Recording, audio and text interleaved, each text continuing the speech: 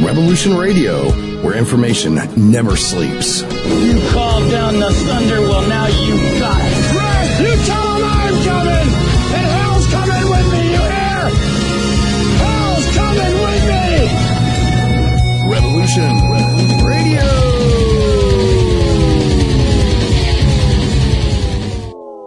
The opinions expressed on this radio station, its programs, and its website by the hosts, guests, and call-in listeners or chatters are solely the opinions of the original source who expressed them. They do not necessarily represent the opinions of Revolution Radio and FreedomSlips.com, its staff, or affiliates. You're listening to Revolution Radio, FreedomSlips.com, 100% listener-supported radio, and now we return you to your host.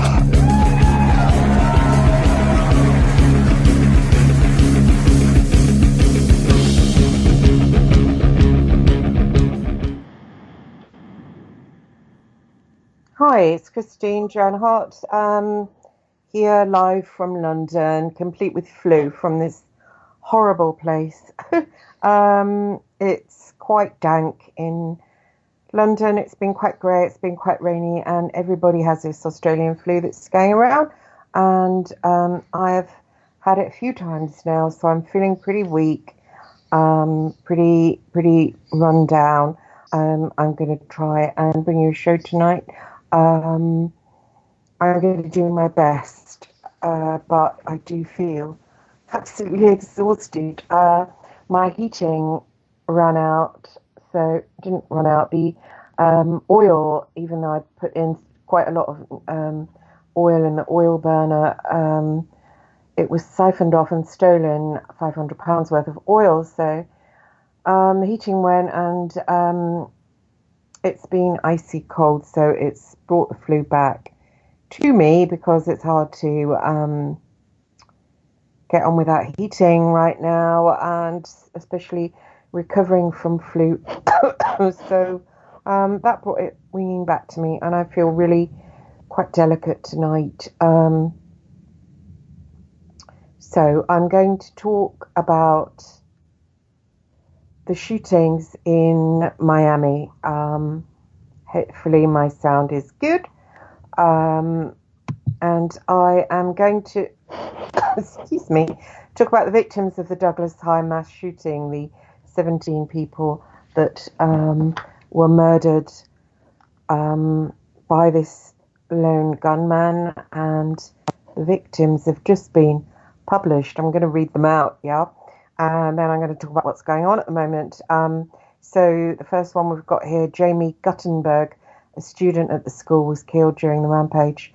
Her father, Fred, shared the tragic news in a Facebook post. My heart is broken. Yesterday, Jennifer Bloom Guttenberg and I lost our baby girl to a violent shooting at her school. We lost our daughter, and my son, Jesse Guttenberg, lost his sister. I am broken as I write this, trying to figure out how my family gets through this. We appreciate all of the calls and messages, and we apologise for not reacting to everyone individually. Jenna and I will be figuring things out today, so we ask that you respect our privacy. We'll be getting messages out later regarding visitation. Hugs to all, and hold your children tight. Martin Duke, a 14-year-old freshman, was at school Wednesday and died in the shooting. His older brother, Mikhail, who graduated from Douglas High last year, shared the news via an Instagram post early Thursday morning. Words cannot describe my pain, he wrote. I love Brother Martin. You'll be missed, buddy. Ian Fess, an assistant football coach who was critically injured after jumping in front of the shooter to protect students, died from his wounds earlier Thursday morning. The school's football team announced the news on its Twitter account. Athletic director Chris Hickson was reportedly wounded also in the shooting. Gina Montallo, a 14-year-old freshman, served on the school's winter guard team.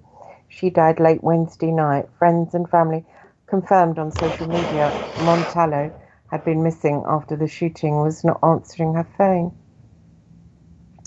One of her colour guard instructors from middle school, Manuel Miranda, posted about her death Wednesday night.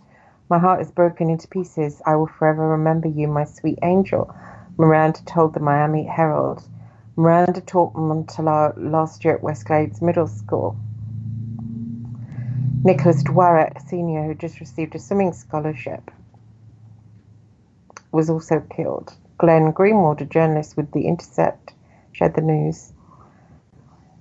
Alyssa El Hadef, a 15-year-old freshman, had been reported missing by her grandmother. Her cousin Ariella confirmed her death on Thursday.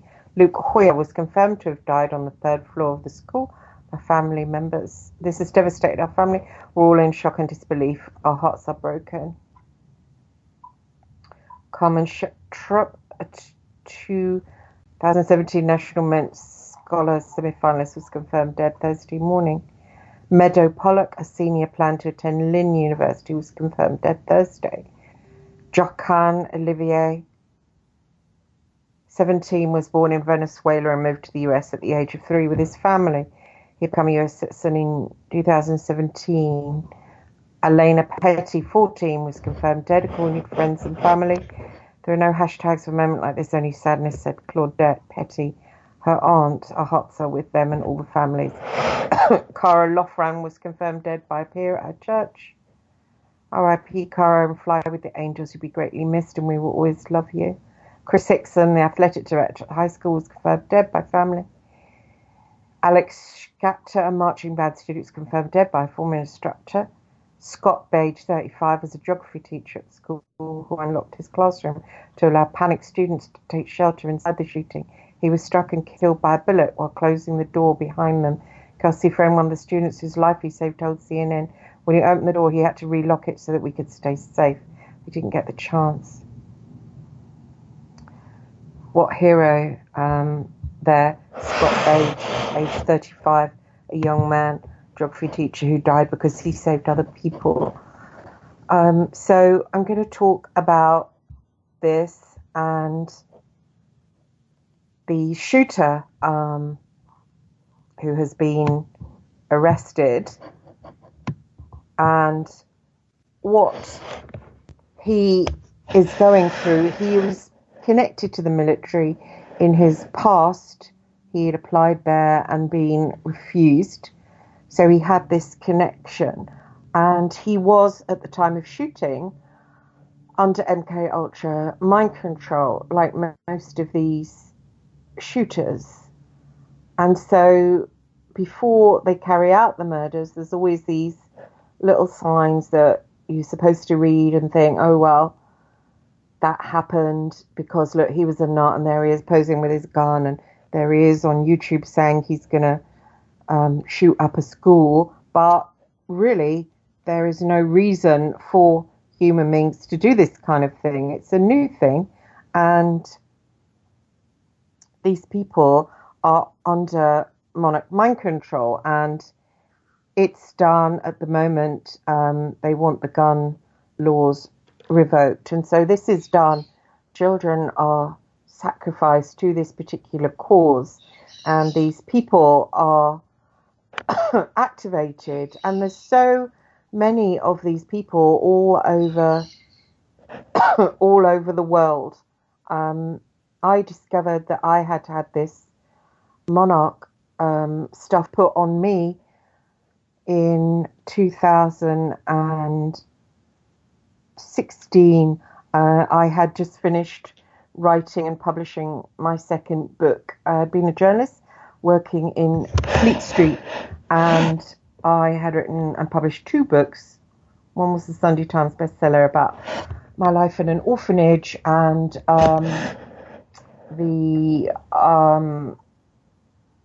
it was along the lines of Angela's Ashes kind of thing. And the second one was my meetings with 2 world-famous serial killers, Ian Brady in England and Kenneth Bianchi, the Hillside Strangler, and also how I had basically cavorted with the Real IRA, one of their commanders in Belfast, and while working as a journalist, and other different things that had happened, including orchestrating the phone hacking by bringing together ex-MI6 agencies and the News of the World and Fleet Street, which had caused the phone hacking. So I pulled this basically into a book. It was an interesting book called In for the Kill. You can see it on Amazon.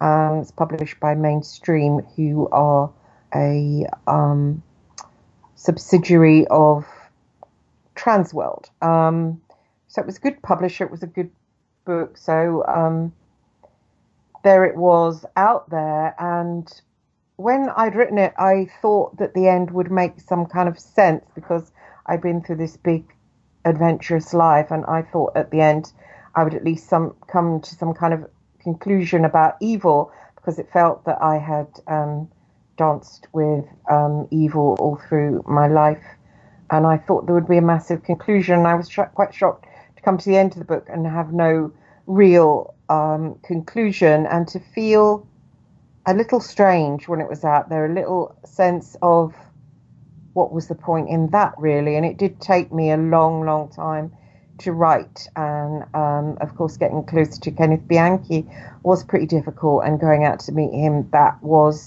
took about 3 years out of my life, of 8-hour days working to get close to Bianchi. It was no easy task. Bianchi had various alters, and I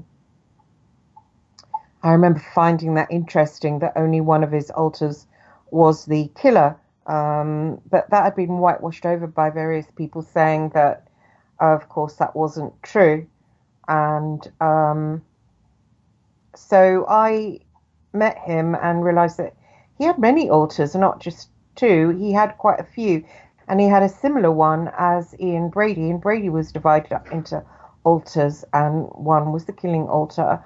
And it's hard with these guys to find out which particular altar was the killing altar. Sometimes it can be a child that's the killing altar, as with Bianchi.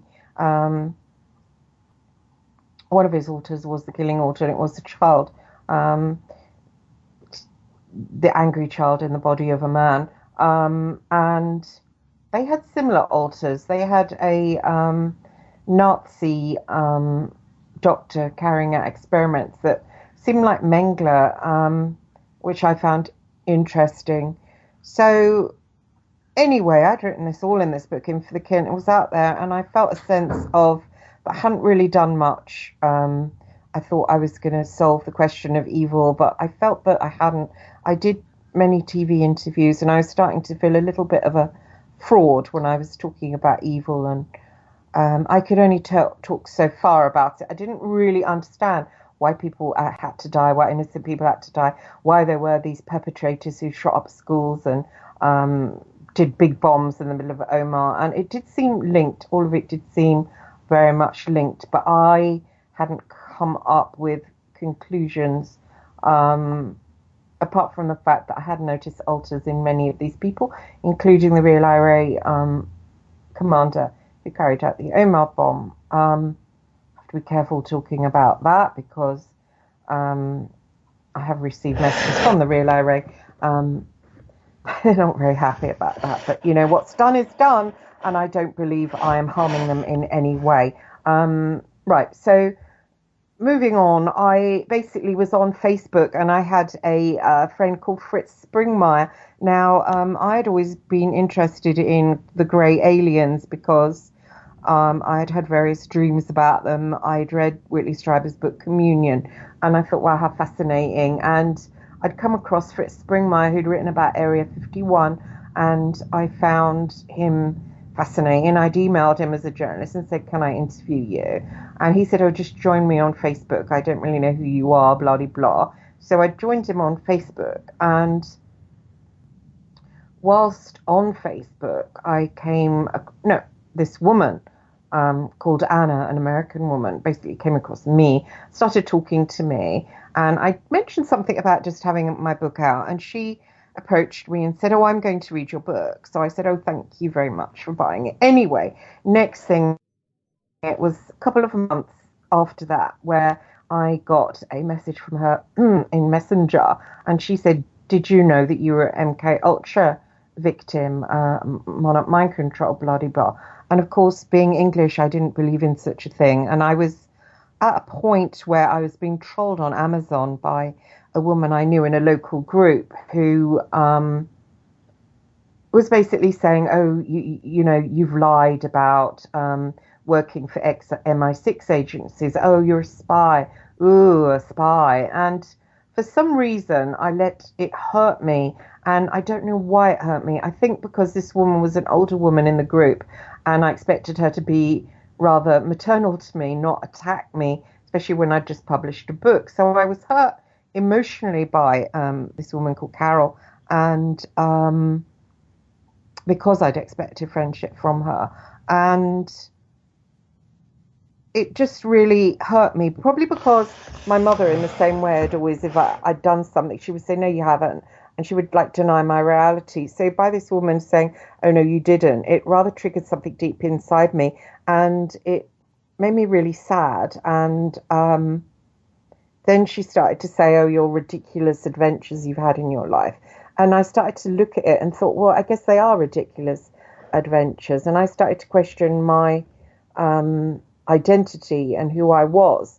And then for someone to come along and say at that point in time, oh, you're mind control, I thought, I can't handle this, really. And I spoke to a friend of mine when I went for a walk with her, and I said, some woman, American woman, has come and said this thing to me, and God, I feel really thrown by it, and I feel scared that I'm going to have to come out and say that I was a victim of mind control. And if I'm being trolled now, how badly would I be trolled if I came out and said, ooh, I've had mind control? How weird is that, to come out and say that? I don't even believe in it. And she said to me, well, why do you have to come out and say that, as a writer, if you don't believe in it? And I just said, I've got a feeling that I will be doing that, and I don't want to, but I've got a feeling that that's the pathway I'm going to be taking. And she said, don't be silly, but I just had this feeling of dread about it. So I put it to the back of my mind, and basically this woman, Anna, brought me into a group. It was a ministry, basically, and it was just, praying. And so I became part of this Facebook group, and all these women on here were just praying all the time. So I didn't really tune into it. I thought, well, I'm fine, I'm a member of this group. And I ignored it, put it to the back of my mind. And then I just started feeling a little bit lost in life, a little bit, where do I go now? And what really am I doing? And I didn't really get to the bottom of Bianchi, I didn't think. I'd written in the book that I thought he was probably possessed. And I felt weird about that whole thing. And so I started to go in this group and say the prayers, the prayers. And there was a girl in there called Louise, and I became friends with her. And we were talking, and we were talking about various issues. And I said, well, all through my life, I've had therapy, because I always felt there was something wrong with me. And then I would go to therapists because I wasn't moving forward in my life. I wasn't getting married. I wasn't buying a house. I wasn't moving forward. I seemed to be, what I'd done, I'd gone from an orphanage to being adopted at 5 to going back to the orphanage to being recruited from there to work in a ex-military agency. I'd been doing undercover work. I'd done that for many years. And then I had, as an investigator, applied to Fleet Street. And then I'd started working for the News of the World. From there, worked for the Sunday Times, got very involved with war reporting or defence, as it's called.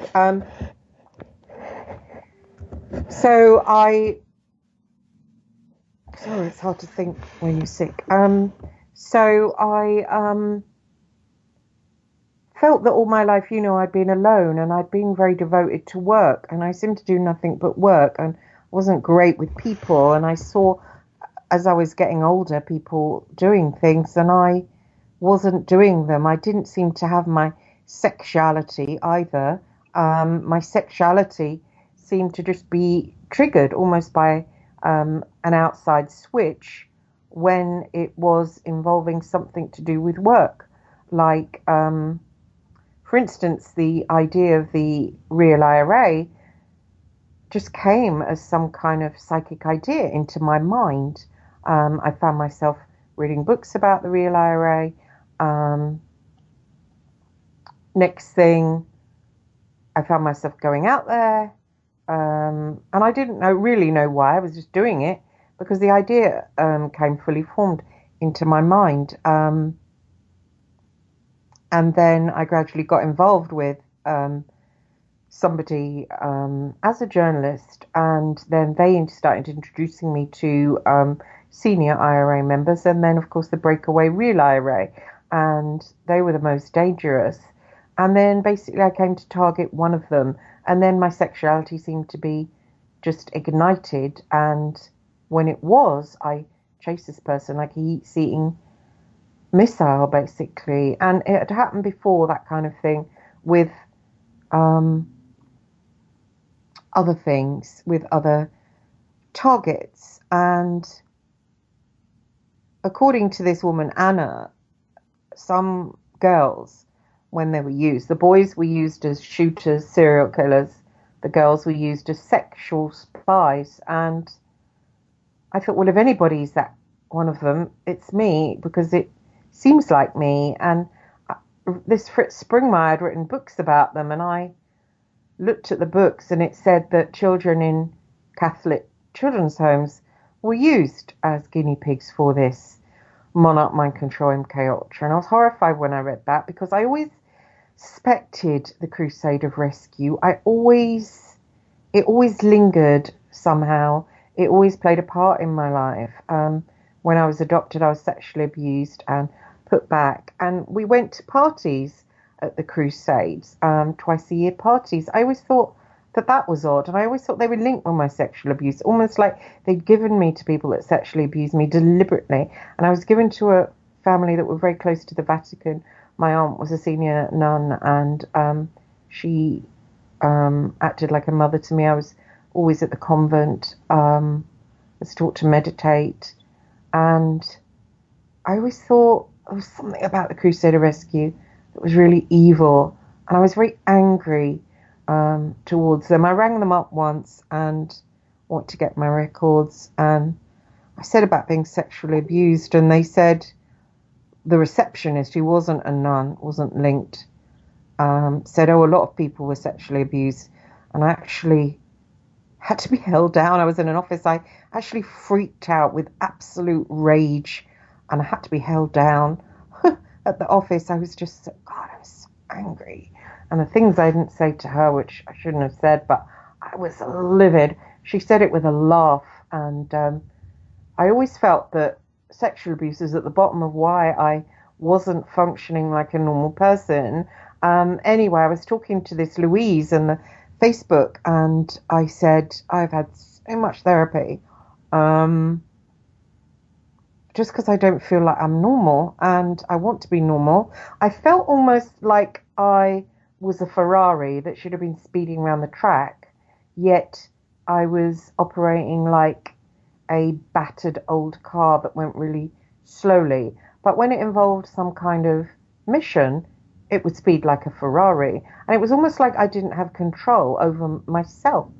And I thought, and I thought it was down to sexual abuse. I was sure it was. So I kind of wrote off thinking about it that much, because I thought, oh, I'm a sexual abuse victim, so I'm like the way I am. I'm a sexual abuse victim. This is a sexual abuse. And then I thought, well, everyone else that's been sexually abused, they're kind of getting on a bit more. And they haven't had, almost felt like a chunk of them removed. So I was talking to this girl, Louise, and I said when I did therapy, I got to a point always with therapists where it was like there was a block in my mind and I couldn't go back any further. And I assumed again it was the sexual abuse. And she said, maybe it's not a block, maybe it's a screen. And I said, well, how do you mean? And she said, does it seem like a screen? Look at it. And I looked and I thought, oh, it is a screen. It's a screen. It's not a block of wood. It's a screen, but you can't get around the screen. And she said, is there anything on the screen? And I said, well, that's easy. It's an easy question. Yes, it's a cartoon. It's Donald Duck. And I remember Donald Duck books when I was younger and a lot about Donald Duck. And my aunt giving me a Donald Duck book. And she said, that's Donald Duck Mind Control. And I remember feeling as if I had cold water poured through me and I felt a sense of dread.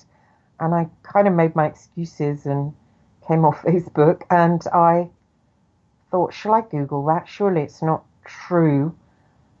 And I plucked up my courage and Googled it. And so much came up about Disney mind control, Disney MK Ultra, and I was horrified because my aunt had taken me to Disney World in Florida, and we never went on family holidays. I mean, we were just poor, and we lived with my family, who were two cousins very close to the church. One was military, my adoptive mother was a military family, and they were two cousins that married, and they lived with her parents and had the cheek to adopt, but it was through my aunt, the nun, that they got me and my brother. And it was weird. I'd always done really, really well at school until I was 13, and then it's almost like I felt a chunk of myself had gone walkabout, and I was left with just a shaving of myself. And I'd failed at grammar school, but got recruited into these spook agencies that operate in London, CIX Limited, KCS Limited. They're run by ex-MI6 men, and basically I found myself working there and doing undercover work, which I was brilliant at because I had various parts of me. So I would appear almost like a little girl, and, you know, if ever they thought I was sniffing around them, they would question or threaten the little girl side, and I would look them deep in the eye. They would look deep in my eyes and see honesty, because the spy side of me would be in hiding. I was a perfect spy, and, you know, I was brilliant. I was really good. I wasn't paid my fair whack, but I soon rose high and got a good reputation for doing it. Having looks was part of it. Being blonde, being good looking was part of it. So my aunt, she had taken the family out to the convent in Boston, and we had stayed there just before Disneyland. It was one of my first trips to America. I was 13, and we stayed at the convent. It was Daughters of St. Paul. It was quite a beautiful place, and the food was amazing. To this day, I've never forgotten the food. It was like soups, Italian soups with pasta in, and just out of this world, actually. These Italian sisters, whoa, I mean, just unbelievable. And we feasted in this long hall with this long table, and there was something going on, some religious ceremony, something was going on at that time. Was it one of the popes were changing? It was something big, and I was put in a dormitory, but not with the other girls, the other nuns, all on my own, up really high. And I remember singing at night. So I was singing, and I remember feeling weird about it. I was in this dormitory, but I don't really remember much about it. And I think now, looking back, that it was something to do with me, that there was something going on there around me. And why wasn't I staying in the house with the rest of my family? Why was I up there in that dormitory? Why? You know, I don't even like to think about it. Then we went on to Miami, Florida, with my aunt, sister, Kathleen Hart, and of the Daughters of St. Paul. She took me and my brother to Disney World. My father didn't come in. My mother didn't come in. She took us round onto Space Mountain. I remember Peter Pan's flight over Dublin, over London, really clearly. I remember the teacups, Alice in Wonderland teacups. I remember my skin got really hot and bubbled up. So I had blisters all over my body from the sun. Nobody seemed to feel that they should tell me about that. I just saw it when I looked in the mirror. I was covered in bubbles. My skin had blistered all over my face and arms. Anyway, so it was weird to have that come up, this Disney link to what Louise was saying. I started to feel really, really uncomfortable, and I started to study Fritz Springmeier's books about it, and I slowly started to realize that the serial killers that I studied had these alters, and they were MK Ultra, they were monarchs, they were programmed, and Bianchi, it was very clear to see in him, he's a lot more intelligent than Brady. Brady was really enjoyed his fame, and so you couldn't really examine him properly because you just got this puffed up side of him, which was based on a certain personality and actor in the English version of The House of Cards. I can't remember the name of the actor, but he was also in a movie called The Fourth Protocol. I think he's called Ian something, and he would base himself on this character and say how much like him he was, and that is all you got. That's who he put himself forward as, but there was so many alters behind him, broken, childlike, and the German Mengele alter that had tortured the children. Same with Bianchi, had also tortured the girls in the same kind of way, wanting to see how much pain they could take, wanting to see how much gas they could take. Experiments, like in fact Mengele.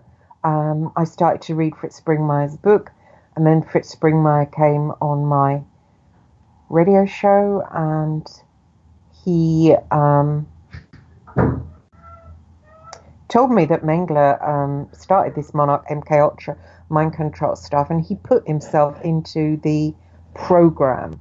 So when you have these men that are doing these murderous things, they have a Mengele altar.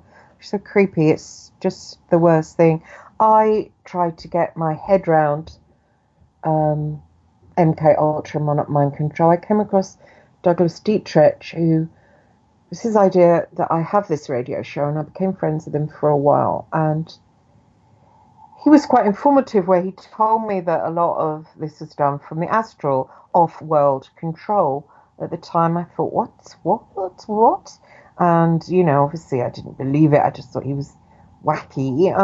That was years ago, and my mind had become used to it and more awake. And he told me about someone called Colonel Michael Aquino, who was head of the military certain section over there in America, and he started this Church of Satan with Anton LaVey, then moved into the Temple of Set, and it was black magic, and that was where a few lights went on for me, that actually Monarch Mind Control MK Ultra is actually black magic, is actually witchcraft, is actually hexes, and this is the bottom line of this control. I don't know if any of you have watched the series Salem on Netflix. If you haven't, watched it, because it is quite fascinating, because our minds today, we've been mass mind controlled to believe that when you say the word witches, or when you say the word black magic even, you know, you see pointed hats, you kind of wipe it out of your mind and you don't believe it exists. Salem was a very good series because it took that away. It had very beautiful women, and they were using hypnosis, they were using mind control, and you actually saw how it was done. Now, basically, these people have mind control done to them. It's done by those kind of men and women that can do the kind of thing that you can see on Salem, okay? So those kind of people that were around back then, they haven't gone away. And please don't disrespect me by saying that that's just a TV series. It was written by somebody who's very clued up by the occult, and they did very well for illuminating us. We should really thank them, because those kind of people are out there. Mostly, well, I say mostly, a lot of them are with the Vatican. A lot of them are high up in the Vatican. My aunt is one of those people. And basically they have these slaves, and they start them off as children, and they split their minds. Some of their minds have these hexes put on them. They're put into a sleep, and they think that they're almost like somebody barking like a dog on the stage when they've been hypnotized, or clucking like a chicken.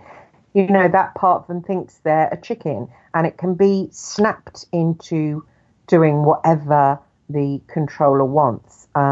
Being a shooter at a school is one of those things. Having experienced this kind of control myself, and having myself divided into these parts that are coming whole as you get to a certain age, and this hex, whatever it is, it wears off, and so I'm coming to a point of wholeness. The person that's been through it doesn't even realize it. You don't realize it. It's not something that you realize. Bianchi in prison was hypnotized, and so that's where he started to realize about parts. And then he started to realize, oh, it's making me seem guilty. Then he began to cover it up and say I was just feigning. And then he started feigning it on camera so people could say, oh, look, has been acting. He hasn't got parts. But Bianchi was covering up. Bianchi very much does have parts, and he knows full well about that. And he's guilty. He's just desperately trying to get out of prison, is what is going on with him. So I myself, having experienced it, knows that you do have, in my case, a certain separate part, and the separate part is primed for a certain thing. Mine was primed to spy, to get close, to cozy up, to kind of sniff at someone's jumper and kind of be able to know where they are, what they'll be doing. It has a psychic side to it because, of course, it has to have a psychic side to receive kind of incoming and to project outgoing. I was a little sniffer dog. I could, touch someone's sheets and know what they had been dreaming about. So, and this psychic side is there because they do tend to attach demons to the people, these children that they get and put into these programs. Obviously, as you become aware of it, you can pray and keep Christ close. But that is how they get people like the shooter in the Douglas High mass shooting to carry out evil. The demon will explode inside the mind of the MK Ultra split person, and it won't be able to have its normal reason to say, well, that's not right. It will just be totally washed over. The hypnotized and hexed altar will spring into action when the demonic will come into it and infuse it with, that's a good idea. You'll feel really good when you shoot those people. And so without reason, this hypnotized side will then go out and kill. And there you have the shootings. And what we have to look back to is investigate through this person's life and find out who it was that got near them, especially when they were children, because mostly, I think, nearly always, MK Ultra Monarch victims are got at when they are children, because you have to split the self. So he will have been got at when he was a child, and sometimes these people, when it's a case of two killers, one person might have hypnotic power because they've got demonic power over another person who is suggestible, another person who is easily hypnotized. And for instance, Brady and Hindley, Hindley was hypnotized, Hindley was overcome. And sometimes in killings when there's two people, like Bianchi overcame Angelo, it probably wasn't that hard to overcome Angelo, but he did do that because Bianchi is soaked in demons. And demons, again, in this series, I don't want to bang on about it, but it's very educational. The series Salem, it had a sentinel in there in series 3 who was actually a fallen angel, and it did absolutely portray this kind of demonic entity really well. What they know about this universe. There was a conversation between a witch and this sentinel who's supposed to guard the kid who's come back. And he says basically, I was never born. I was God's first creation, and we created this world. And he locks the witch into a head box, and he's got sigils all around. And, these entities that are involved, that are called in to these, even through the army, through the Vatican, they're all up to their balls deep in that. It's just the rest of us who blithely don't know what's going on, while the rest of the controllers of this planet Earth right now are balls deep in conversing with these entities, balls deep in Monarch Mind Control, MK Ultra, and having a lot more fun, should I say, than the rest of us. That's why it's harping back to this program. I'm watching it and just think the writers are amazing. They're inspired, even to the point of seeing in series 3 of Salem, where the elite are hexing each other, and the peasants, that's us, the peasants, the poor in the series, they've been swamped by refugees, and actually evil has come down, and evil wants to take over, so they're basically destroying the villages. This is where we are at the moment. Europe's been swamped by refugees. Food prices are absolutely insane.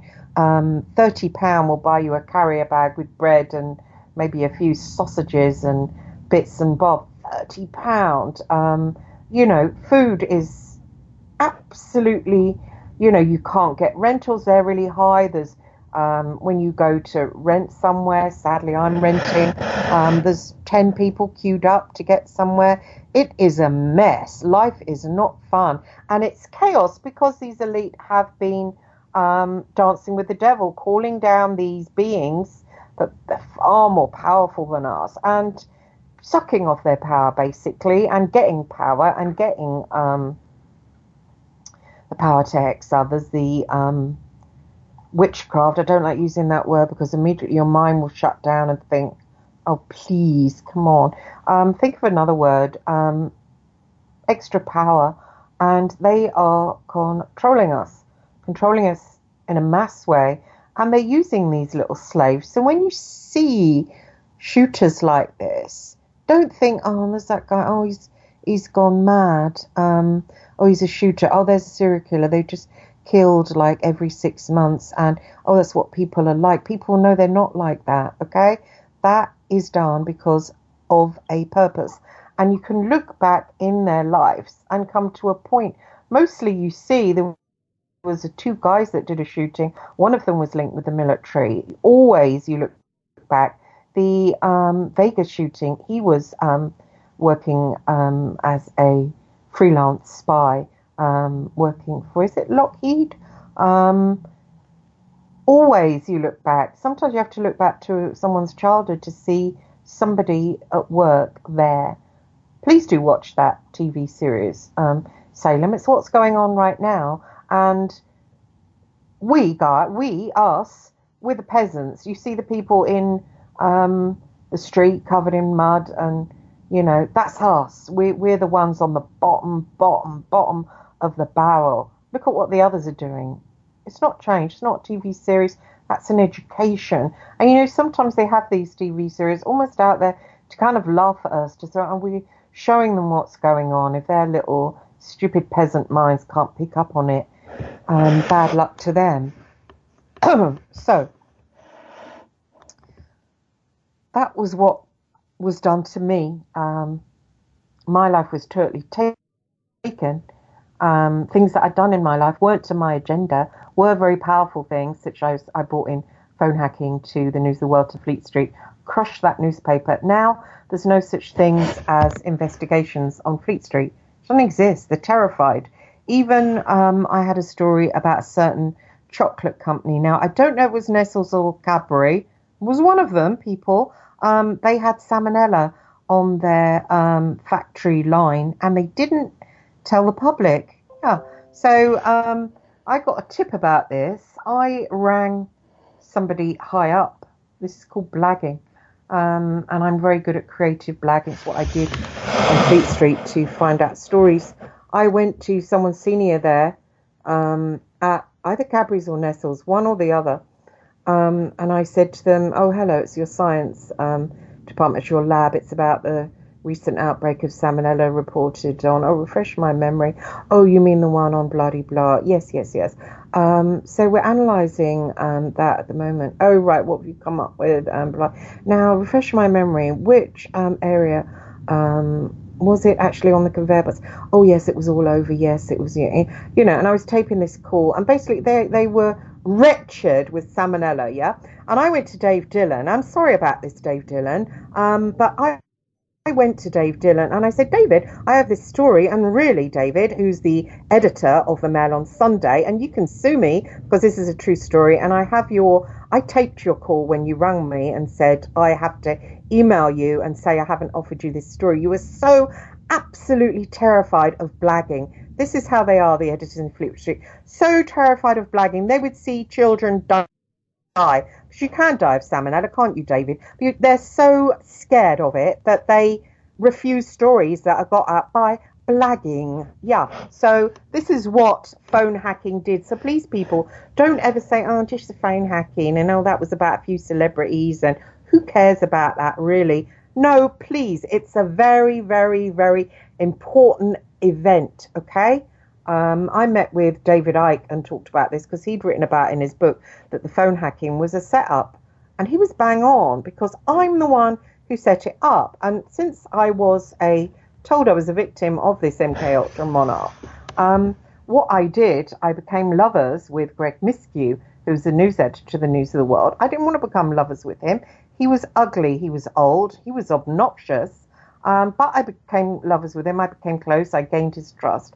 I became his investigator. I was also lovers with a man called John Boyle, who worked for MI6 and still does. And nobody can touch this man because he's so powerful and so rich. I don't mind naming names. He can come and kill me. Who cares? I've nothing. And I will fight back.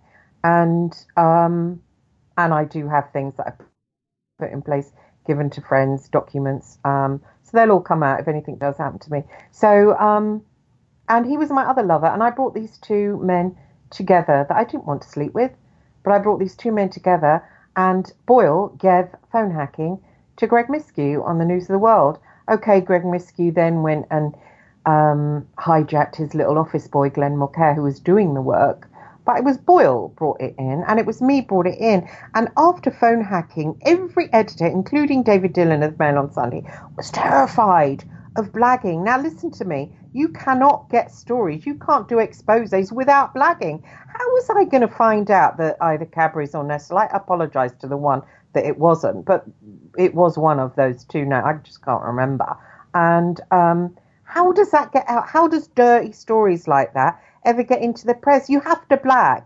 You have to ring someone somewhere and pretend you're somebody else to get them to cough. I'm not going to ring them and say, oh, hi, it's Christine Hart. I work for the Times. Have you got salmonella on your warehouse? Have you given out loads of chocolate and kids are eating it, and you're dirty bastards that are cheap and don't give a shit and think more about profits than children's stomachs? Yeah, is that true? What, they're going to say yes? No, you have to blag. You have to ring them, and they're so stupid and retarded. They only think about money. They're going to cough like they did to me, and I had it on tape. But David Dillon didn't want it. He shit himself so much. He made me send him an email saying that I hadn't offered him the story, but he didn't want it, and that I had not blagged, and that he, David Dillon, would never accept a story that was blagged. That's how much they're shitting themselves now on Fleet Street. So that is a very sinister operation, okay? So think about phone hacking. It's not just, it's just celebrities. No, think about what it's done. Every editor on Fleet Street, including David Dillon, with a man on Sunday, every editor is shitting themselves about blagging. Can't blag. Well, if you can't blag, you can't get an investigation. But they carry on, like the Daily Mail will carry on stamping that something is an investigation. No, investigations don't go on in Fleet Street anymore. They just don't go on since the phone hacking. Let's be honest. But now and again, because the public peasants who don't know any better, they stamp investigations to be, oh no, they still do investigate. Oh, yeah, look at that there. That's got investigation on. No, no, it's not, okay? So that is a very important event that I took part in. Also, there were other events that I took part in, such as cozying up to the UDA and getting them to split, getting John White to split and go to America. England. There are so many things that I took part in as somebody that was under MK Ultra mind control. And it just arrives in your head like an idea, and then you get the psychic urgings to do it. This is what happens to these school shooters. They are primed from an early age. They have these entities attached to them. So this is what's going on in our world at the moment. So you have different cabals that are up to all sorts of dirty tricks. I've been made aware through a friend about QAnon. I hope a lot of you are following that, because that is an insider in the intelligence community that is coming out with a lot of good stuff and has actually said that it's a lot worse than we think what is going on. So that means he is aware of all of this.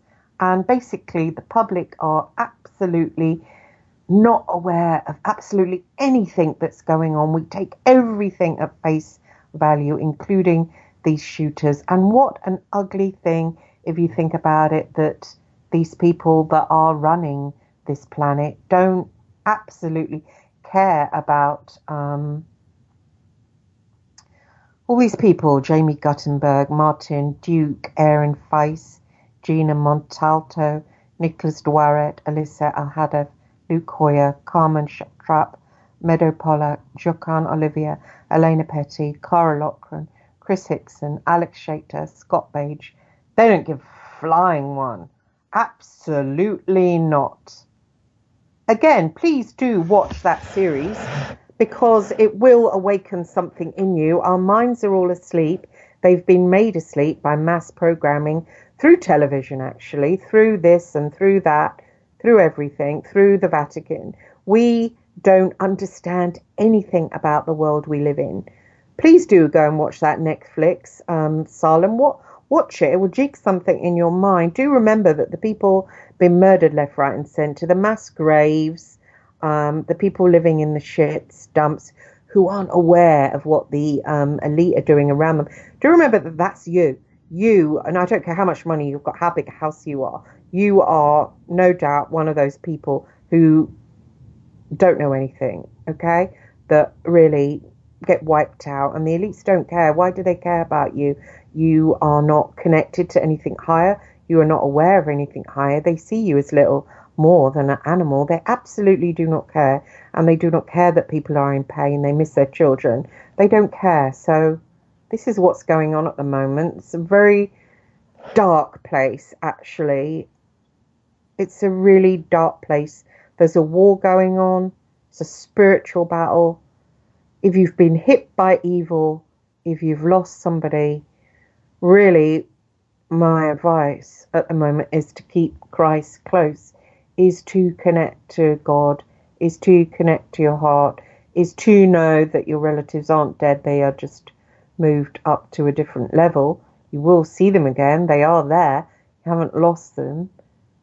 But it is really painful. I have lost people, and it's painful to not be with them. It's painful to be in especially a heavy dimension like this, where it feels like it's just all there is. It's been made heavy. It's not a nice place. Let's think about it. We are somewhere where they have such a thing as child trafficking, as child pornography. You know, my son, he's a little boy. No, he's not a little boy. Okay, he's 14. Still, in my eyes, he's a little boy. He knows that there is such a thing as child pornography. I mean, you know, we live in a place where that goes on, where there is adult humans that look at little kids, and adults being sexual to little kids. That is the world we live in. This is a bad, bad, bad place. It isn't a good place, okay? It's nice that you can look at scenery and think, oh, it's a beautiful world. Think again. It's not. There's a really bad war going on, okay? We do have a God. We do have a home, but it's not here, okay? This is being taken over. It's not a good place. Stop saying that, okay? Connect with your heart. Connect with Jesus Christ. Connect with God. And get praying. Get talking to God. And when you talk to God, listen. Just stay still in meditation and just be in a form of listening. You know, he knows everything. You don't have to gabble away. Really, listen. Just listen. Listen. Go to nature, touch a tree, listen. Get connected to God. That's all you can do right now. Trust me when I tell you, these people that are running this absolute toilet of a place that is getting worse, it's going to a colder frequency. That is what's happening. And although a lot of people are waking up to what's happening because of the ascension process, there's also there's a fighting against that. So there's all sorts of other things going on to combat that. So frequencies are being lowered. Our hearts, there's an attack on our hearts, so we become harder. But of course you become harder. Anyway, in the next part of the show, I'll be talking about dark magic and how to combat it. Thanks for listening. See you after.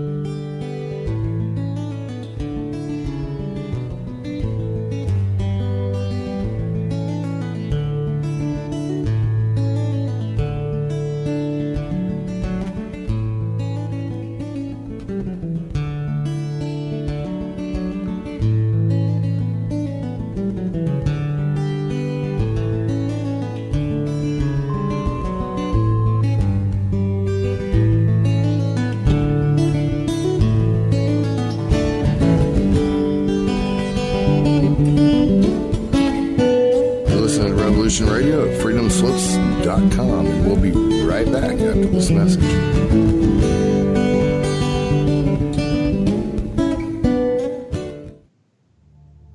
Join the Sacred Matrix with hosts Janet Kira Lesson and Dr. Sasha Lesson, 6 p.m. Eastern Time here on Revolution Radio. Here we free ourselves from the God spell, transform the perverted matrix to the divine one.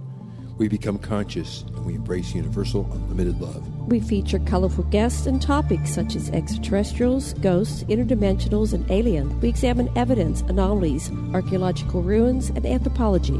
We explore past lives, future lives, life between lives. We get into astral projection, near-death experiences, archetypes, visions, and dreams. Episodes include time travel, teleportation, counseling, spirituality, tantra, relationships, peace, shamanism, peak experiences, and ego transcendence. Join the lessons Saturday, 6 p.m. Eastern Time here on Revolution Radio at freedomslips.com for the Sacred Matrix, a divine paradigm of love.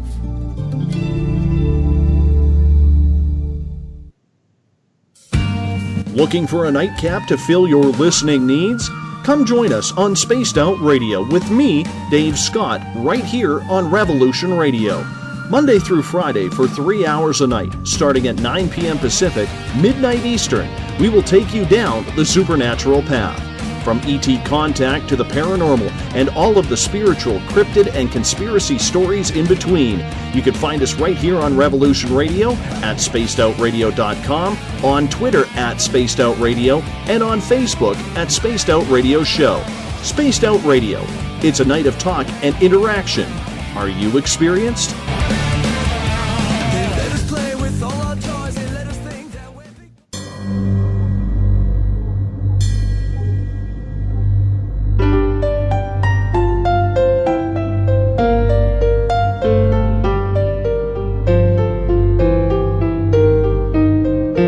Did you ever feel that things were not quite right? That everything was just ever so slightly askew? Do you have, to paraphrase Morpheus, a splinter in your mind? If you're interested in hearing the latest information about UFOs, the paranormal, ancient cultures and structures, monatomic elements, longevity, fantastic discoveries in science, downloaded to your brain, then tune into us. Hi, I'm Dave. And I'm Mackie. And we are Shiny Side Out, Sundays 2 to 4 a.m. Eastern. See you then. Revolution Radio, freedomslips.com. You don't need to expect us. We're already here. Enjoy your extra big-ass fries. You didn't give me no fries. I got an empty box. Would you like another extra big-ass fries? I said I didn't get any. Thank you. Your account has been charged. Your balance is 0. Please come back when you can afford to make a purchase. No. I'm sorry you're having Come on. trouble. My kids are starving.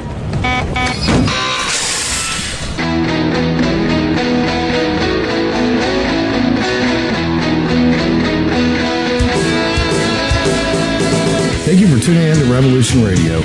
Here at Revolution Radio, we believe in freedom of ideas, freedom of speech, but above all, we believe in freedom of existence through self-reliance. This station is 100% listener-supported, and as a fundraising promotion, I have a kick-ass free gift for a $100 donation. 35,000 seeds. 25 years in the freezer. Long-term storable, 54 different varieties. So if food prices go crazy, the shit hits the fan, or if you just want to save tons of money every year by creating your own food like I do, grab our seed pack special. Just look for the banner on the homepage at freedomslips.com. Don't be a statistic. Don't be part of the problem. Be part of the solution. We need, as humans, to start taking care of ourselves and not depending on the megacorps to provide unhealthy, nasty food. Included in this package is also a DVD with 900 survival and off-grid living documents and the offline home canning how to do everything website all on the DVD. So when you're growing all that food, you know how to can it, store it, preserve it, etc. with all these documents. So thank you for tuning in to Revolution Radio at freedomslips.com. I hope that you will pick up this package and start learning to be free. Revolution Radio, freedomslips.com, where information never sleeps and freedom is one seed that needs to be planted.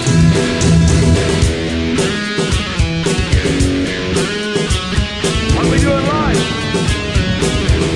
it goes in eternity.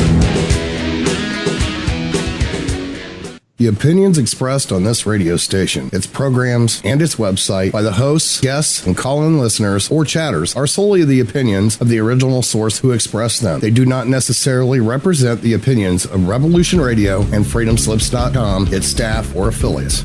You're listening to Revolution Radio, freedomslips.com, 100% listener-supported radio, and now we return you to your host.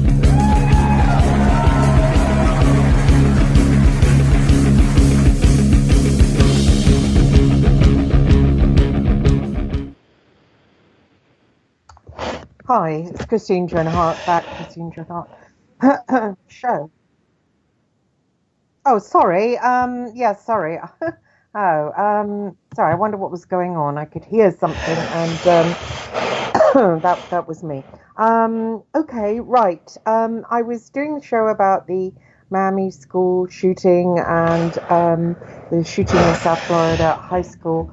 17 people left dead, and just to think about those that died and think about the relatives of them, and let's pray for them and think about what they're going through, their children and loved ones just stolen from them, and they will be in a state of confusion and wondering why that had to happen. And as I was saying in the first part of the show, now it will be pushed forward. Oh, this is a not. Shooter was Nicholas Cruz, 19-year-old. And so we've got that person, and the arguments will be about the gun laws being changed, and the arguments will be about, there's nuts like this around. But as I pointed out earlier in the show, he is a MK ultra'd up shooter, used by the military, used by those who rule over us, used, these people. Basically, a better thing to be doing would be to talk to his parents, but they never do. They will be disappeared, and to look into his background properly to see who he was open to as a child, because there will be that window where this kind of control would have been put into him. They're always the same type of characters, and they always have this thing, oh, he was resentful, you know, because he'd been dumped by a girl, and it's not enough to make you get a gun and go in a school and shoot it up like that, okay? It's not enough. A basic study of psychology will make you aware of that, okay? So there's these poor people who have their loved ones taken and are in a state of confusion about that. So I hope I've shared in the first part of the show, part one, about what has gone on and why it has gone on and how it will continue to go on and what we can do. What we can do is realize that this planet is awash with demonic entities, awash with the elite that are in communication with them, and they're in communication with them. You know, it's been written about here, there, and everywhere, calling them aliens and, you know, this kind of stuff. And they're not aliens; they're demonic entities. You know, they're everything bad, and they don't like humanity, not at all. So basically, our elites are in communication with them, and basically they want to lock down this planet to make it more of a prison planet. And of course, if you have money, you can't really feel too much like it is that much of a prison because you have your freedoms. But trust me when I tell you, we are locked down. There's enforced reincarnation. There's this lack of ability of our minds to have a higher consciousness. We forget who we are, where we came from. We don't have a connection to God. Mostly we don't believe in God. Even me myself, I have lots of days where I just think this is all that there is, and I absolutely hate it. But we've been almost like trapped inside a video game. So that is how you will be thinking when you are trapped inside this box that has been created for us, and we can't really see outside of the box. And a lot of times when a certain type of person is born in here, they are hexed straight away. They are hexed straight away and doomed to a life of what other people see as losing, as misery. And even if they have money, they will have a life of bad luck, of pain, misery, a life hexed, because it is a life hex. Because mostly, if they are powerful people that could do some good in this world, they do have these hexes put on them as they are birthed here, because it wouldn't do for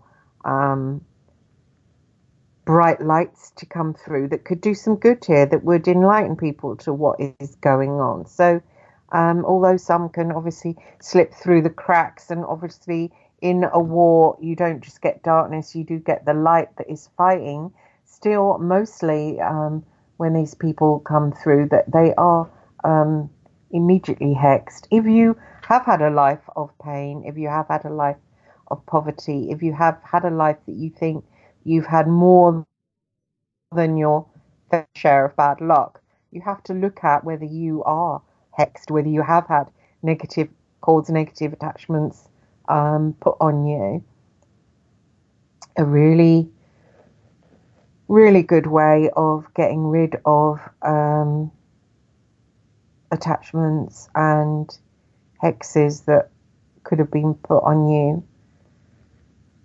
at a young age or throughout your life. You know, there's dimensions here, there's different dimensions, and you could be being targeted right now in the rich areas of certainly this country. They are controlled by the different cults. And by cults, I don't mean like weirdo cults. I mean respectable cults, and a lot of these cults come from the astral, and certain areas, rich areas, are controlled by them, and certain men and women are linked in and are fed these perfect lives that are easy lives, and then they draw others of the community around them and they control those areas. So most areas, if they're moneyed, are controlled at this point in time, and it's quite easy to look around and see who is controlling. You know, if there's a powerful woman, powerful man in the community that, again, look at the series Salem. Mary Sibley was in control of the area. Things haven't really changed since those times, okay? And that series, a very enlightened series, the writer is very inspired. It's actually telling us stuff. You know, we do get messages through from good people that are trying to tell us what is going on. Some people believe that in these certain programs also you get the dark side telling us what is going on, because that's their way of gloating that, look, we've told you, and yet you still don't really get it. Don't you deserve then to have all the bad things and none of the good things? So it's easy to see who is running things in various areas. I came from an area where my son went to school. It was a very well-to-do area, just outside London, a suburb. It was easy for me to see the woman who was controlling that area. And then you see, who are they control? Who do they have their string yanked by? And you get to the bottom of it, and it is these people that have their powers, and the rest of us don't have anything going on. But we do have an ability to receive hexes, to receive, you know, if you go into those areas, settle in those areas, you're not wanted, you're not part of them astrally, you're not connected, you will be pushed out. Might be a very subtle way, but you will be pushed out. Might be overt, might be covert, but you will move on. So how to clean yourself of that if it's going on, and I hate to take the show into this kind of direction, but actually I really don't have the energy to talk that much at the moment about that's my son singing. He loves to be on the show. How to clean yourself, which is a okay, this is very basic, but if you want to get yourself some oil and water, using the power of water. Water can take, it's very receptive to energy. So you can infuse water with anything you want. And of course, oils, you can infuse oil. And then also using candles to cleanse yourself. So try and get hold of a herb. It's a herb called hyssop, Hyssop. And that's a really cleansing herb. So I've had flu recently, and I have been drinking black elderberry tea. I got it from Neil's Yard, my black elderberry tea. They also do a really good syrup. You can use as hot toddy. This herb it knocks out that Aussie flu. It knocks it out. I'm still drinking it. I really am. I've just drunk it just now because I wouldn't be talking right now if I hadn't drunk it. It gives the body stamina, and it knocks out that flu, helps to knock it out. You need other things, obviously, prebiotics for that little smart dust, little nano-inspired germ. So God gives us natural things to combat what's going on right now. He knew in advance what was going to happen here. So we do have these around us. But again, our minds have been controlled to think, oh, no. We'll have pharma stuff. Well, no, it's wrong. And mostly that has side effects. There's plenty of things in the herbal things to cure, cure what's going on. Anyway, so hyssop is It's a plant. It's a herb, and it can clean you. It can clean you of any kind of hex or filth has been put on you and your family. Okay. I was just reading about the Gettys, John Paul Getty, in that really rather brilliant book, All the Money in the World. So well written. It's made a film now. It's going to be starring Kevin Spacey, but now it's Christopher Plummer. And what a story. And, you know, they were pretty hexed, the Getty family. They had all the money in the world, but what misery. And it's not just the fact that, oh, well, there's no love going around. They were definitely hexed. You know, someone somewhere. You'll look back and you'll find, you know, recently I've had a hex. I've had a poverty curse put on me. And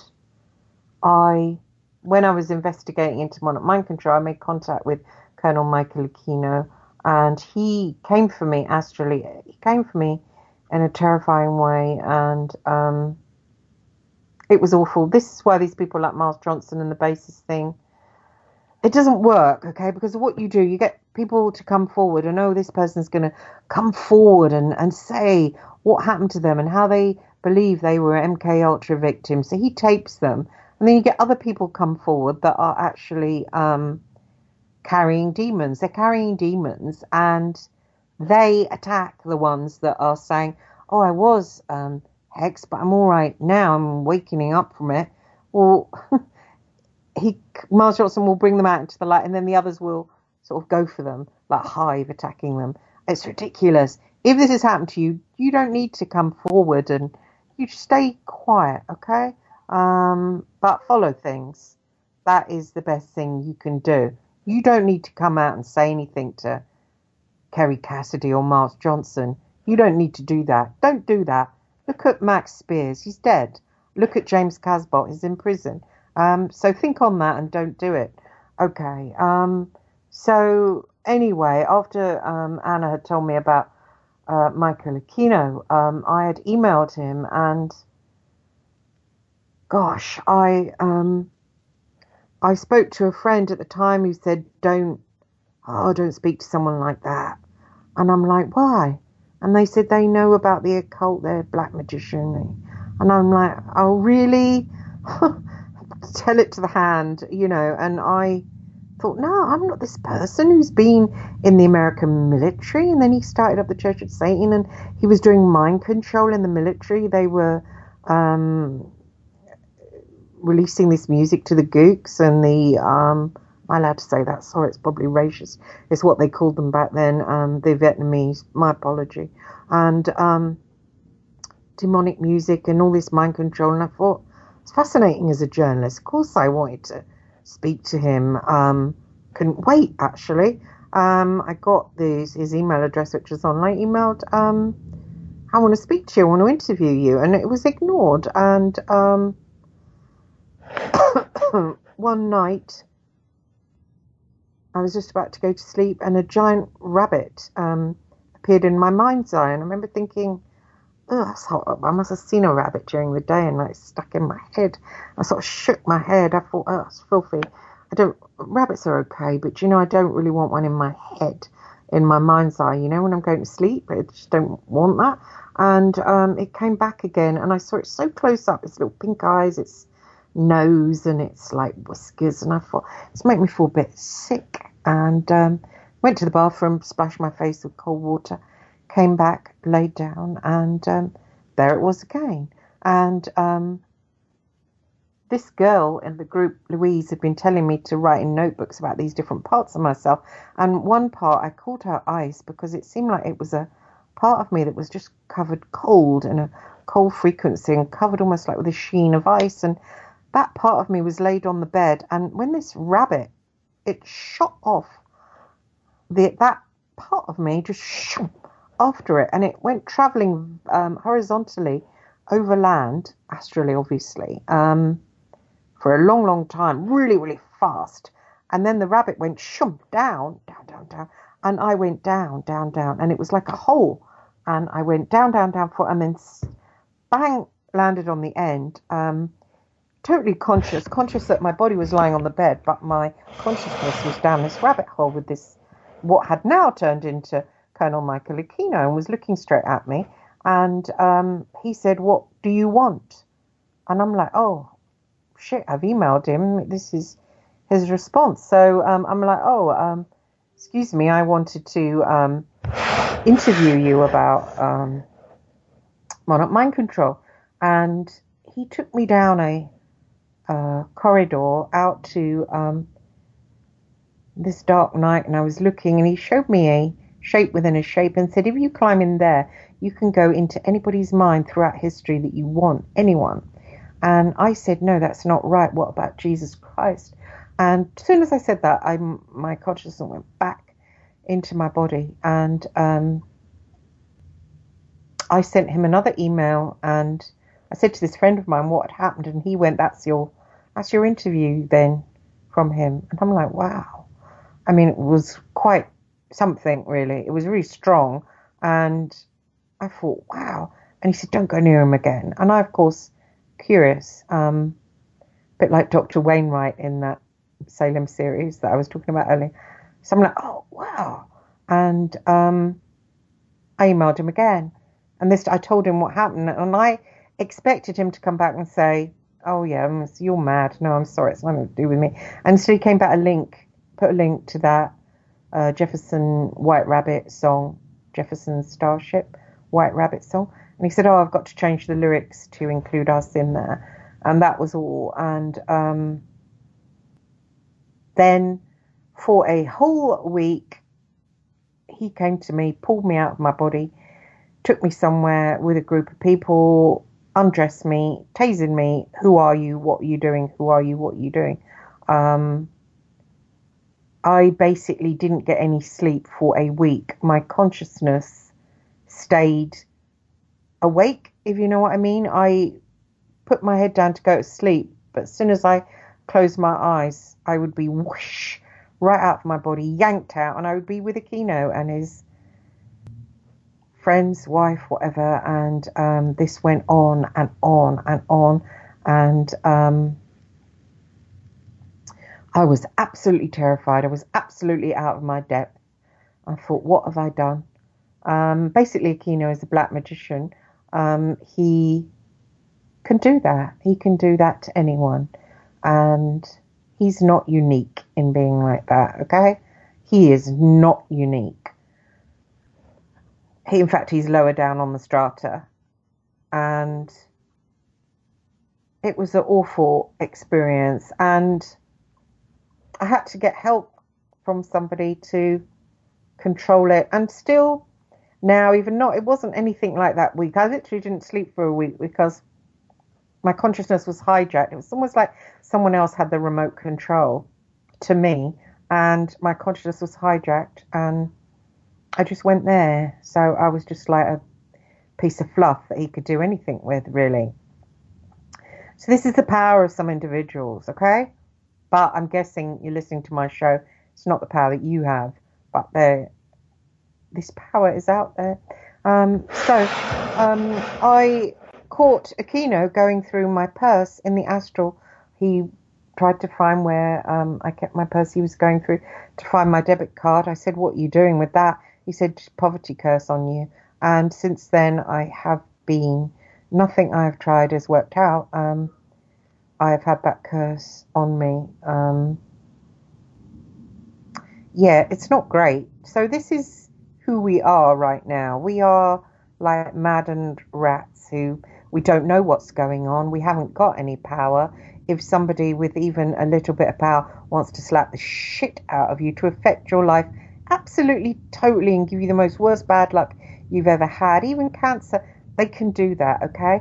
There's a lot of unscrupulous people out there. There's a lot of just silly people. So like Miles Johnson, for instance, who is bringing forward witnesses. They are getting absolutely clobbered by people that are connected up demonically, who are getting their power from other realms, who want to walk forward and progress in life. So they are, hitting other people hard slaps so they can rise higher. It's how it goes in a world that's controlled by darkness, okay? And you are really expendable. If you're not in one of these cults, you're expendable. So anyway, I'm talking here about herbs that can actually knock out things like curses. So these things are deadly, but you can get rid of them, okay? One first step is to become aware. Second step is to make yourself aware of different schools of magic and study them and become aware of energy, okay? Become aware of you need to clean energy. You need to spray around essential oils with water around your home. You need to keep your home free of energy. You need to spray salt around. That really cleans the air before you go to sleep. All these various things that you can do, like candles by your bed, say prayers, read from the Bible, read the words of Jesus Christ, that you can keep yourself clean. You have to keep yourself clean. You never know when these things are going to happen to you, and you can keep yourself and your children clean just by being connected up, because then you also get little nudges. Oh, don't go to school on that day because, you know, something bad might happen, you know, or guided. So connect up, because where there are demons, there are also angels, okay? Connect up. That way you keep you and your children safe in this time of great war. So I'm just going to give you a little recipe here to cleanse yourself. Okay, it's a herb called hyssop. Okay, just buy it. You can get it online from somebody reputable. Nelson's are pretty good. I think they do it. Hyssop, I think that's English, but never mind. And rue, R-U-E. That's for protection. They're really good herbs. Okay, so what you do, get some olive oil. Okay, pour some olive oil into a saucepan and put in the hyssop and the rue together and let it soak and heat it and just let it warm up. Not too hot, but just so it lets its energy go into the oils, yeah? And then with the rest of your hyssop and rue, make water, make a tea. So you boil a pot, put it into the water, steep it up, and then you strain it, and then you have your tea. So then you've got oil and water, okay? And also use white candles, they're very cleansing. And what you need to do at that point, you've got your oil and water, and they've got properties into the oil and water. Okay, so you oil your candles with the oil, you get into the water, and you pour the water from the tea over your head, and you keep doing it over and over again. And when you do, you focus on the negativity you've got in your life, and that gets washed away. And when you do it, try and say Psalm 37. That is a good psalm to recite. And then you wash yourself from head to feet. You focus on cleaning out anything dark and that darkness leaving you. So water is receptive to energy. So you've infused the water and you're bathing in it, and visualize the black energy leaving you. Okay, then you wash with it, the water, from your head down to your feet, and then you get out and you drip dry, okay? And you can do this once a month, okay? Then you throw the water to the east, and that gets all the negativity gone. You can also ask, as you do it, for help to get rid of that negative energy. And then you light your candles that have been rubbed in the oil, that have been anointed, and you stand in between them, and you focus on the negative drifting away. And you can also recite the Psalm 37, and that will really help. And if you do that for 13 days in a row, yes, every night, 13 days in a row, and then after that do it every month, that is a really good way of cleansing. That is a good way of keeping your mind free, so your mind will be working as a radar, and your mind can protect your children. Just in a case of, oh, don't go there today, oh, don't do that. These warnings are available to us to avoid these issues, and you can protect your children in this way by just keeping yourself really, really as clean as you possibly can. So again, I'll repeat it, those 2 herbs, just order them online. Order a lot of them. Hyssop is cheap and rue, and use them, please, to cleanse yourself. I can write this down underneath YouTube if I remember. I'm trying to get over flu at the moment, and I've got quite a lot of things going on. The show, I don't get paid for the show. I do it on a voluntary basis to try and help people. I don't know how much I'm helping them, but I do it to try and help as much as I can.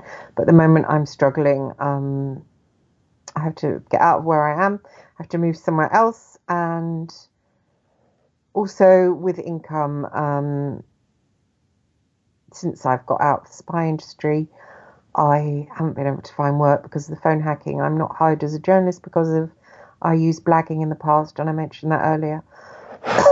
Even though I would say it's an essential thing for a journalist, but these days journalists on Fleet Street are really operating for the PR companies, so it's all just a joke. So there's not really much journalism going on. Actually, wow, I'm really finding it hard to breathe right now. So I've got half an hour left from the show. So let's have a look at Psalm 37. Let's have a look at it. So I'm going to read it out. Again, I'm sorry the show has been so disjointed. I really am sick. Okay, here's what you have to read out when you're doing the cleaning of your energy, yeah? It's the Psalm of David. Do not fret because of those who are evil, or be envious of those who do wrong. For like the grass, they will soon wither. Like green plants, they will soon die away. Trust in the Lord and do good. Dwell in the land and enjoy safe pasture. Take delight in the Lord, and he will give you the desires of your heart. Commit your way to the Lord. Trust in him, and he will do this. He will make your righteous reward shine like the dawn, your vindication like the noonday sun. Be still before the Lord and wait patiently for him. Do not fret when people succeed in their ways, when they carry out their wicked schemes. Refrain from anger and turn from wrath. Do not fret, it leads only to evil. For those who are evil will be destroyed, but those who hope in the Lord will inherit the land. A little while and the wicked will be no more. Though you look for them, they will not be found. But the meek will inherit the land and enjoy peace and prosperity. The wicked plot against the righteous and gnash their teeth at them, but the Lord laughs at the wicked, for he knows their day is coming. The wicked draw the sword and bend the bow to bring down the poor and the needy, to slay those whose ways are upright. But their swords will pierce their own hearts, and their bows will be broken. Better the little that the righteous have than the wealth of many wicked, for the power of the wicked will be broken. But the Lord upholds the righteous. The blameless spend their days under the Lord's care, and their inheritance will endure forever. In times of disaster they will not wither. In days of famine they will enjoy plenty, but the wicked will perish. Though the Lord's enemies are like flowers of the field, they will be consumed. They will go up in smoke. The wicked borrow and do not repay, but the righteous give generously. Those the Lord blesses will inherit the land, but those he curses will be destroyed. The Lord makes firm the steps of the one who delights in him. Though he may stumble, he will not fall, for the Lord upholds him with his hand. I was young, and now I am old. I have never seen the righteous forsaken, or their children begging bread. They are always generous and lend freely. Their children will be a blessing. Turn from evil and do good. Then you will dwell in the land forever. For the Lord loves the just and will not forsake his faithful ones. Wrongdoers will be completely destroyed. The offspring of the wicked will perish. The righteous will inherit the land and dwell in it forever. The mouths of the righteous utter wisdom, and their tongues speak what is just. The law of their God is in their hearts. Their feet do not slip. The wicked lie in wait for the righteous, intent on putting them to death. But the Lord will not leave them in the power of the wicked, or let them be condemned when brought to trial. Hope in the Lord and keep his way. He will exalt you to inherit the land. When the wicked are destroyed, you will see it. I have seen a wicked and ruthless man flourishing like a luxuriant native tree, but he soon passed away and was no more. Though I looked for him, he could not be found. Consider the blameless, observe the upright. A future awaits those who seek peace, but all sinners will be destroyed. There will be no future for the wicked. The salvation of the righteous comes from the Lord. He is their stronghold in time of trouble. The Lord helps them and delivers them. He delivers them from their wicked and saves them because they take refuge in him. So if you've been someone who's sinned in the past, don't worry, because you can be forgiven. You can be forgiven absolutely anything. I know I, in my past, have,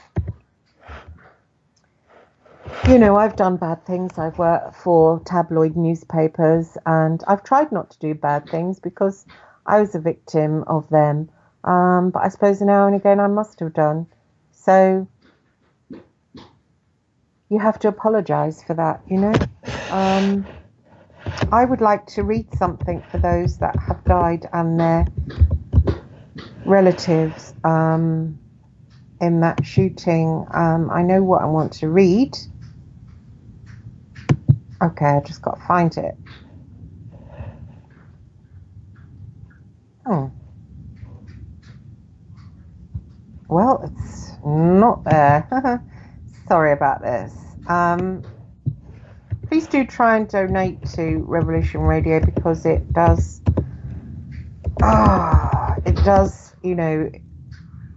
stay on air because of donations. And I always forget to say that. So, okay, it's not there. I'm still looking. Please stay with me. Oh, it's hot. Okay, I think this is it.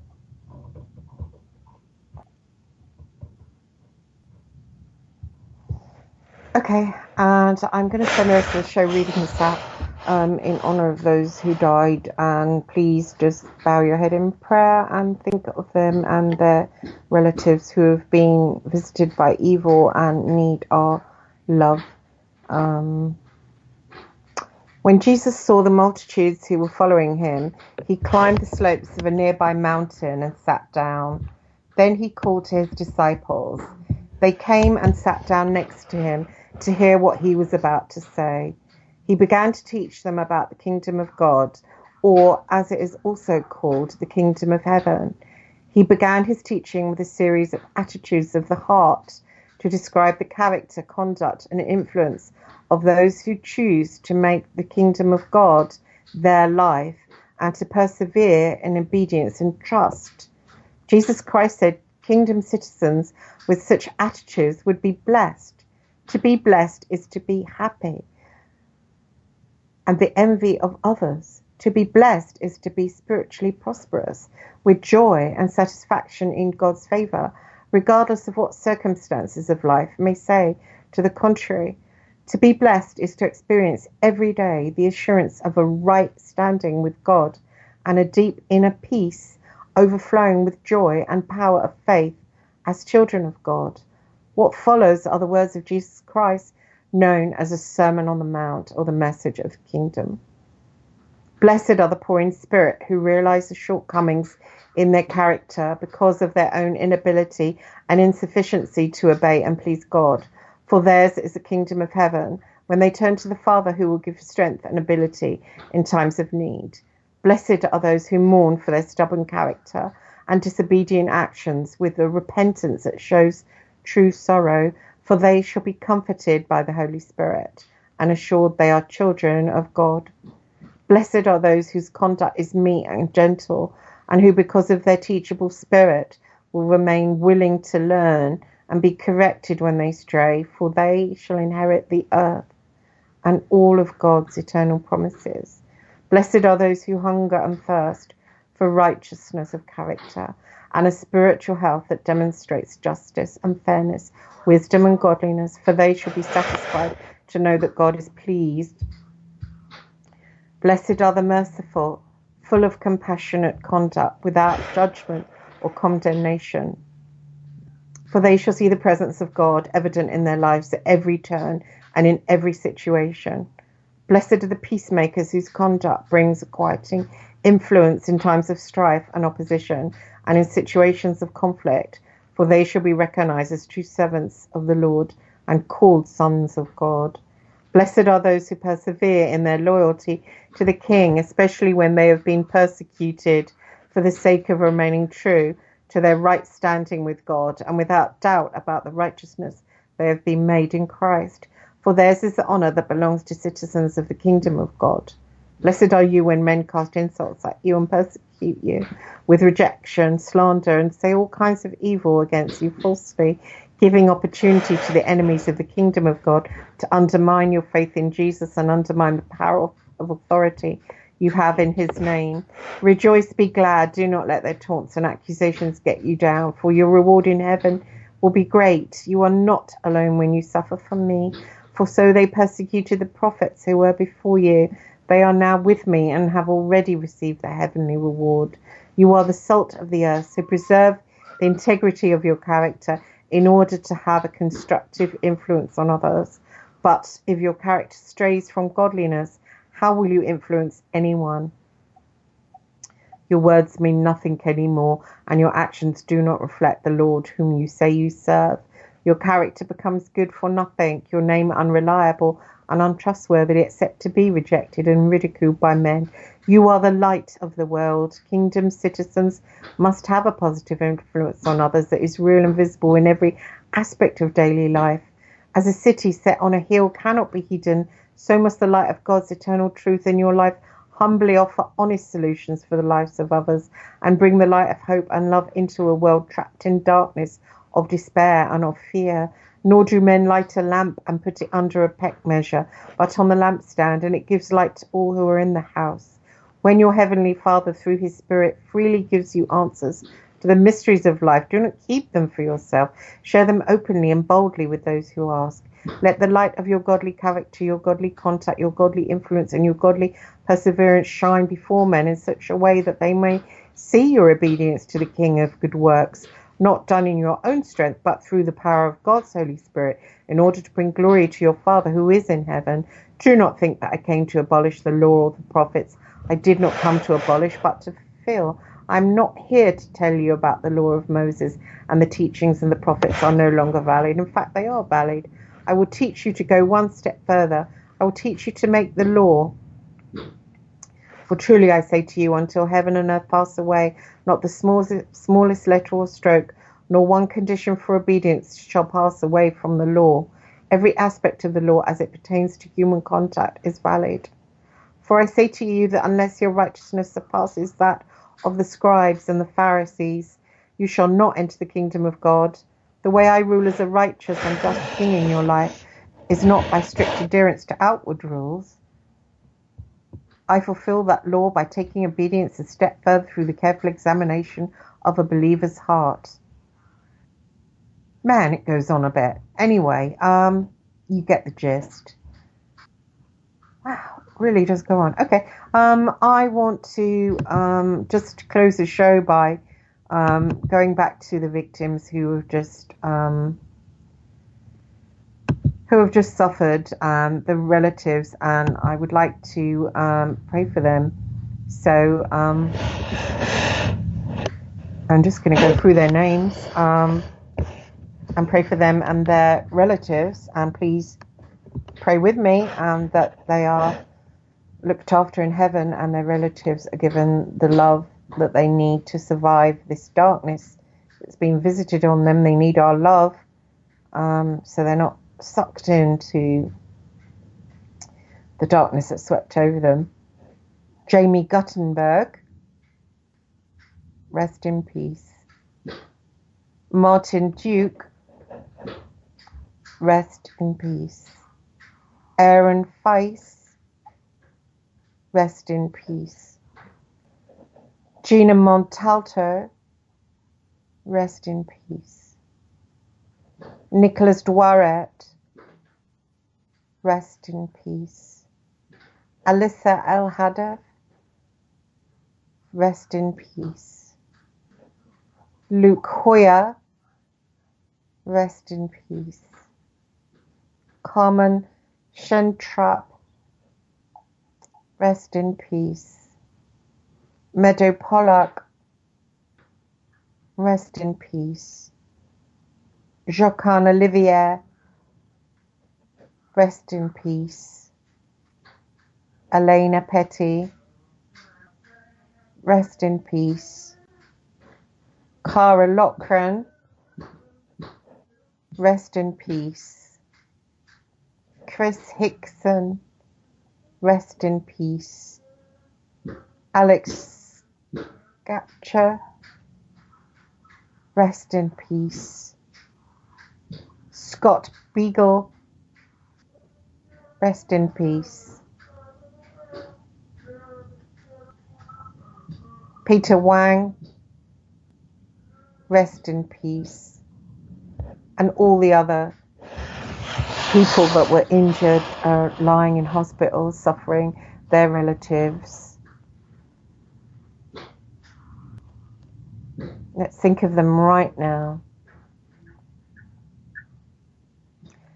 Spirit of God by the clear running water, blowing to greatness the trees on the hill. Spirit of God, creation is calling. Fill the earth, bring it to birth and blow where you will. Blow, blow, blow, blow the breath of the Spirit blowing in me. I still have 10 minutes left to the show. It's been a really sad show because of what has happened. I apologize for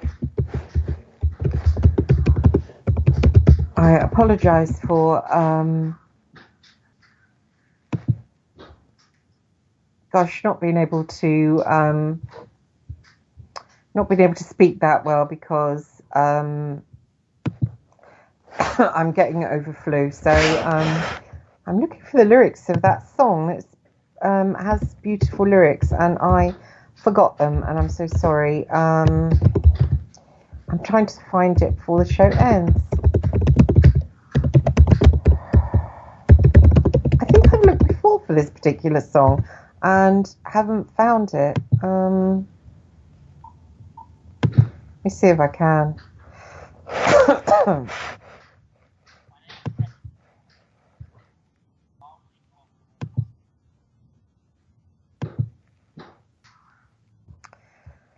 Okay, I can't find it. Oh, gosh, I'm so sorry.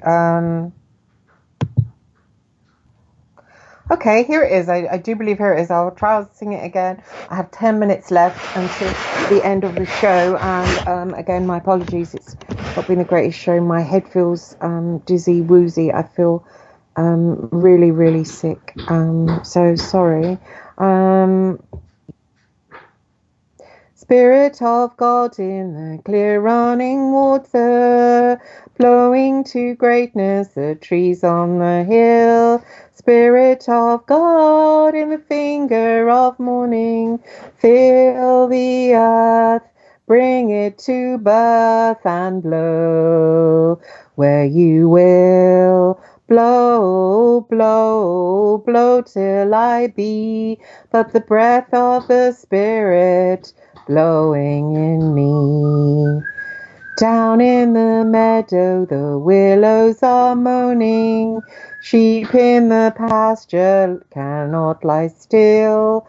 Spirit of God, creation is groaning, fill the earth, bring it to birth and blow where you will. Blow, blow, blow till I be but the breath of the Spirit blowing in me. I saw the scar of a year that lay dying, heard the lament of a lone whippoorwill. Spirit of God, see that cloud crying, fill the earth, bring it to birth and blow where you will. Blow, blow, blow till I be but the breath of the Spirit blowing in me. Spirit of God, every man's heart is lonely, watching and waiting and hungry until. Spirit of God, man longs that you only fulfill the earth, bring it to birth and blow where you will. Blow, blow, blow till I be but the breath of the Spirit blowing in me.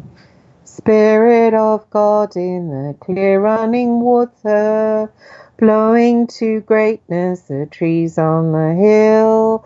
Spirit of God in the finger of morning, fill the earth, bring it to birth and blow where you will. Blow, blow, blow till I be but the breath of the Spirit blowing in me. Down in the meadow the willows are moaning, sheep in the pasture cannot lie still. Spirit of God, creation is groaning, fill the earth, bring it to birth and blow where you will. Blow, blow, blow till I be but the breath of the Spirit blowing in me. I saw the scar of a year that lay dying, heard the lament of a lone whippoorwill. Spirit of God, see that cloud crying, fill the earth, bring it to birth and blow where you will. Blow, blow, blow till I be but the breath of the Spirit blowing in me. Spirit of God, every man's heart is lonely, watching and waiting and hungry until. Spirit of God, man longs that you only fill our earth, please bring it to birth and blow where you will. Blow, blow, blow till I be but the breath of the Spirit blowing in me. Spirit of God in the clear running water, blowing to greatness the trees on the hill. Spirit of God in the finger of morning, fill our earth, bring it to birth and blow where you will. Blow, blow, blow till I be but the breath of the Spirit blowing in me. Down in the meadow the willows are moaning, sheep in the pasture land cannot lie still. Spirit of God, creation is groaning, fill our earth, please bring it to birth and blow where you will. Blow, blow, blow till I be but the breath of the Spirit blowing in me. I saw the scar of a year that lay dying, heard the lament of a lone whippoorwill. Spirit of God, see that cloud crying, fill our earth, please bring it to birth and blow where you will. Blow, blow, blow till I be but the breath of the Spirit blowing in me. Spirit of God, every man's heart is lonely, watching and waiting and hungry until, Spirit of God, man longs that you only fill our earth, bring it to birth and blow where you will. Blow, blow, blow till I be but the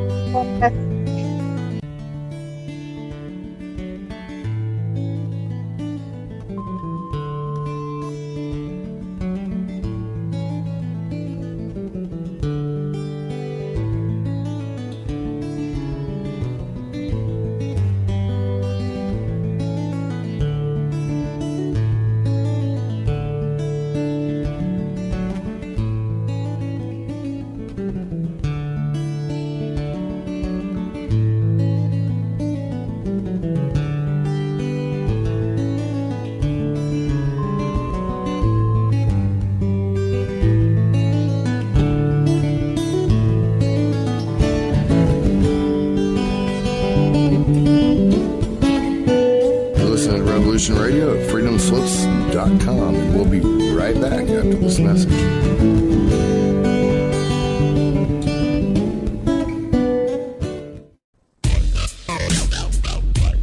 Take a look around, kid. What do you see?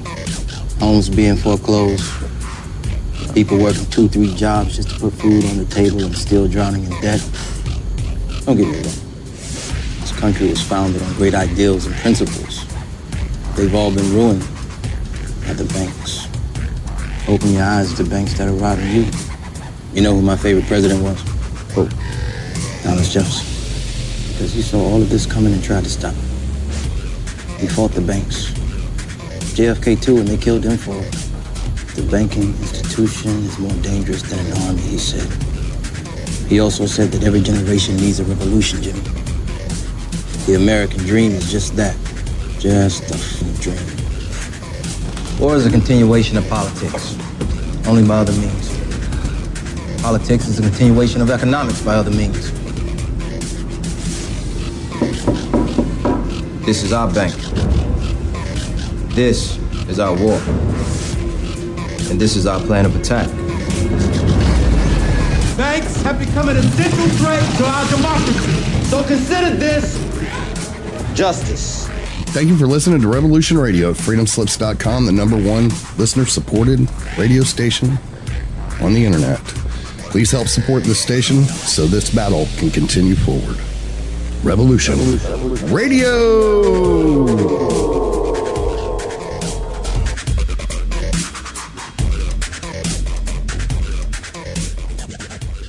This is the people's war. It is our war. We are the fighters. Fight it then. Fight it with all that is in us. And may God defend the right. Warning! Warning!